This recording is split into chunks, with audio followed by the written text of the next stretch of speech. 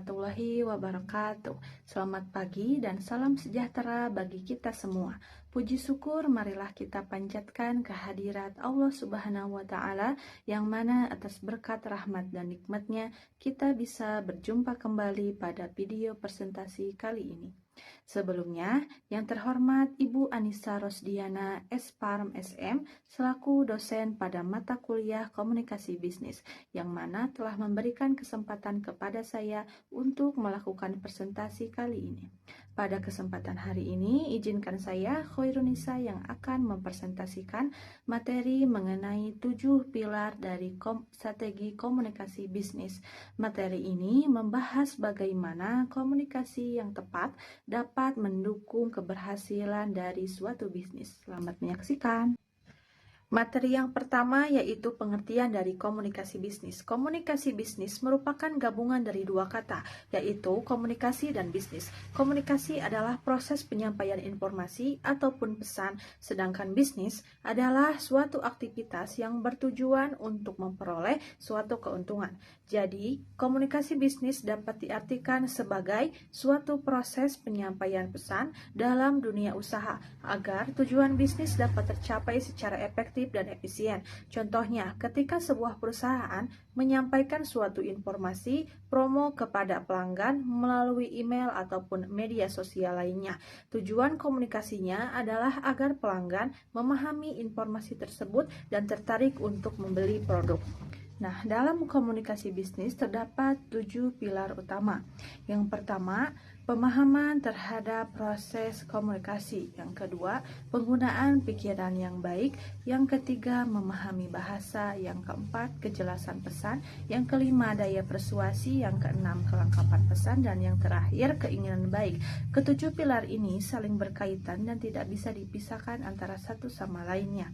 Nah, dari ketujuh pilar tersebut, yang pertama adalah pemahaman terhadap proses komunikasi, yaitu mengetahui bagaimana menempatkan diri sebagai komunikator. Sebagai seorang komunikator, kita harus tahu posisi dan peran kita.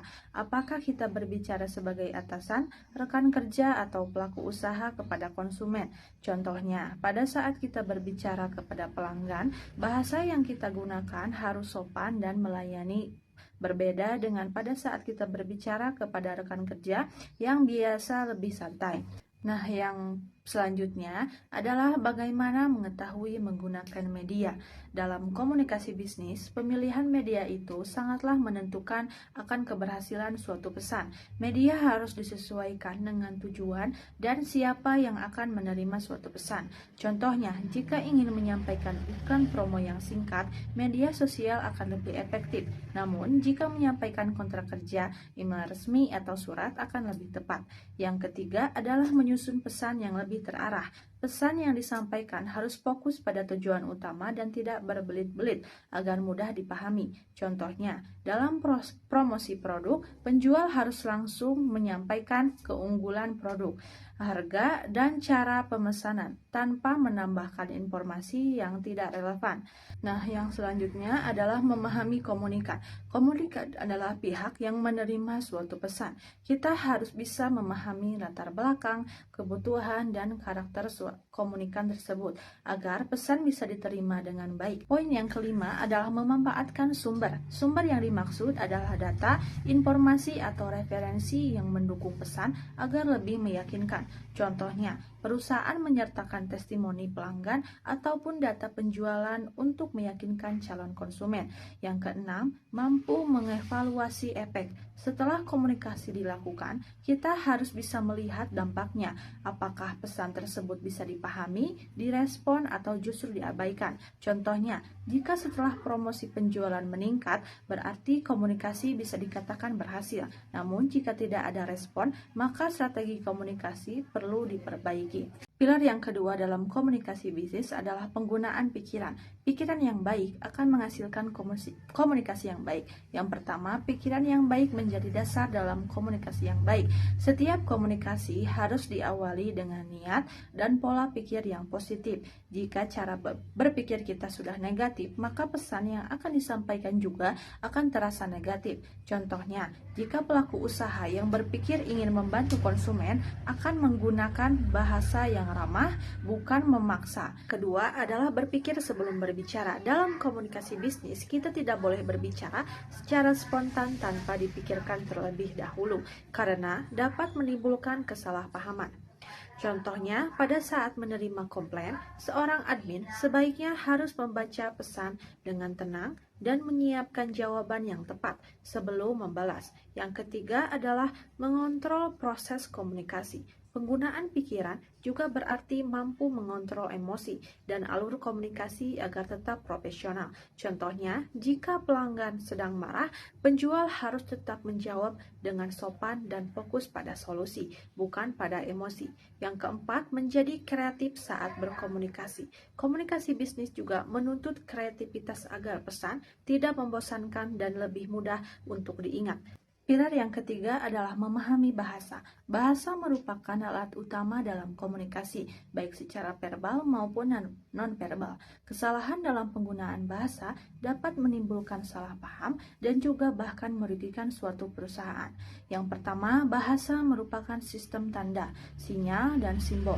Bahasa adalah alat untuk menyampaikan pikiran dan perasaan, baik melalui kata-kata maupun dengan simbol. Contohnya seperti logo, warna, dan slogan perusahaan juga merupakan bentuk bahasa non-verbal. Yang kedua, berbentuk verbal dan non-verbal. Bahasa tidak hanya berupa kata-kata, tetapi juga ekspresi wajah, intonasi, suara, dan gestur tubuh.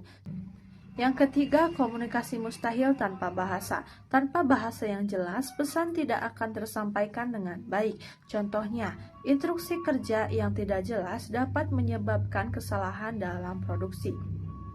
Yang keempat, memudahkan komunikan dalam menerima pesan. Bahasa yang sederhana dan sesuai dengan kebutuhan audiens akan memudahkan pemahaman.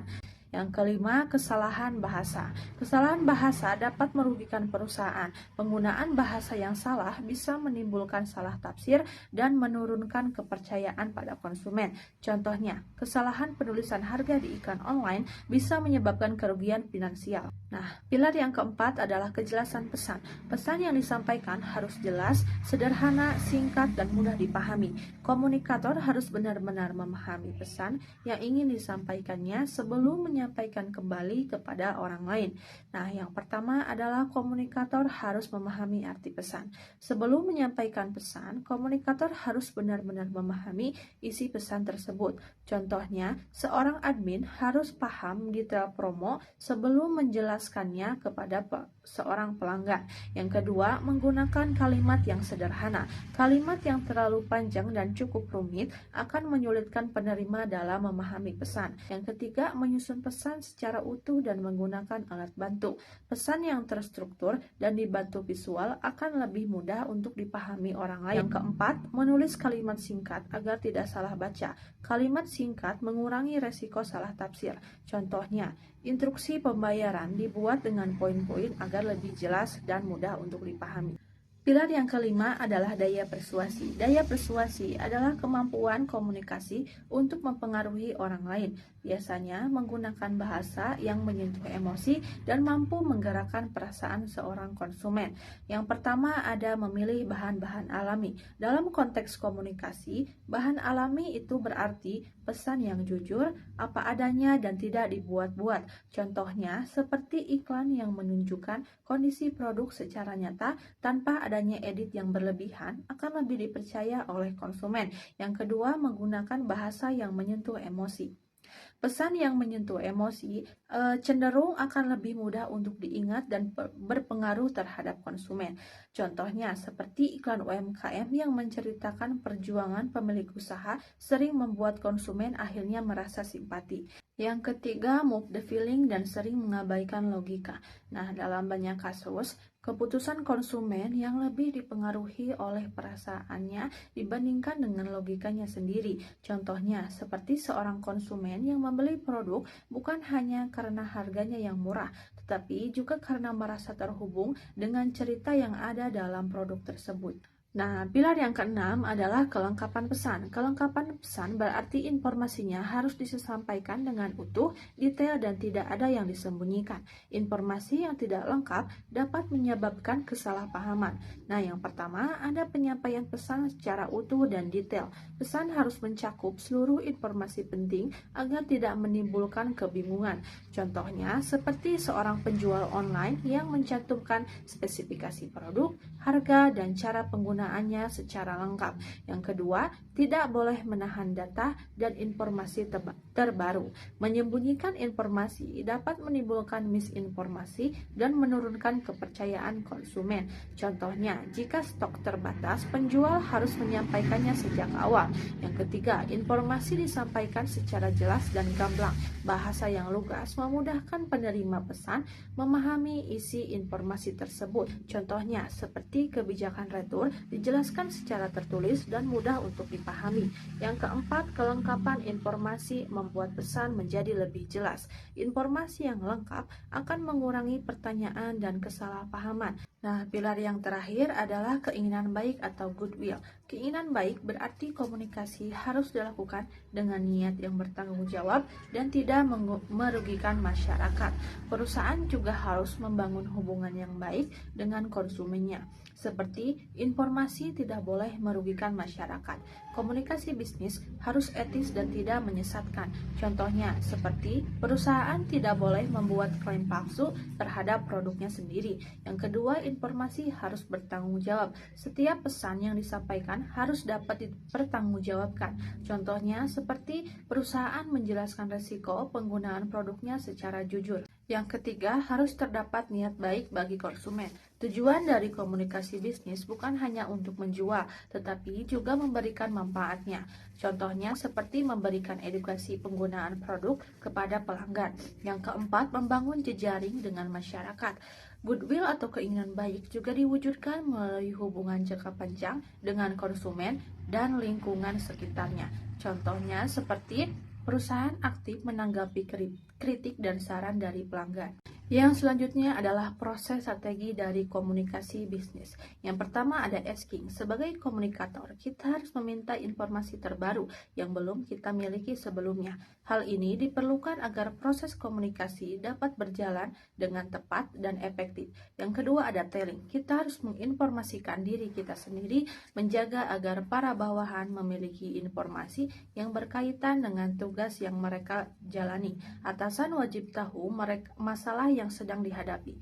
Yang ketiga ada listening. Kita harus memahami pemikiran orang lain yang akan disampaikan kepada kita, mendengarkan dengan baik-baik informasi yang akan disampaikan. Yang keempat, understanding. Komunikator harus menjadi motivator konsumennya, menjadi pendengar yang baik dan memberikan pengertian dalam hal yang tertentu. Yang selanjutnya ada contoh kasus di dunia bisnis online. Di sini saya mengambil media sosialnya seperti Instagram dan juga Facebook, yaitu UMKM yang memasarkan produk melalui akun media sosial yang menerima pesanan lewat DM ataupun pesan WhatsApp. Pembayaran yang dilakukannya yaitu secara digital dan promosinya melalui konten serta iklan yang berbayar. Keuntungannya yaitu interaksi dengan pelanggan yang lebih dekat dan biaya promosi yang jauh relatif lebih rendah. Nah, dari pemaparan ini dapat disimpulkan bahwa komunikasi bisnis yang baik sangat menentukan keberhasilan akan sebuah usaha. Dengan menerapkan 7 pilar komunikasi bisnis, perusahaan dapat membangun kepercayaan dan meningkatkan penjualan dan juga menjaga hubungan jangka panjang dengan konsumen. Sekian video presentasi yang bisa saya sampaikan. Mohon maaf bila banyak kesalahan dalam pengucapan kata dan penyampaian materi. Semoga materi yang bisa saya sampaikan bermanfaat khususnya bagi saya, umumnya bagi kalian semua. Terima kasih sudah mendengarkan. Wassalamualaikum warahmatullahi wabarakatuh.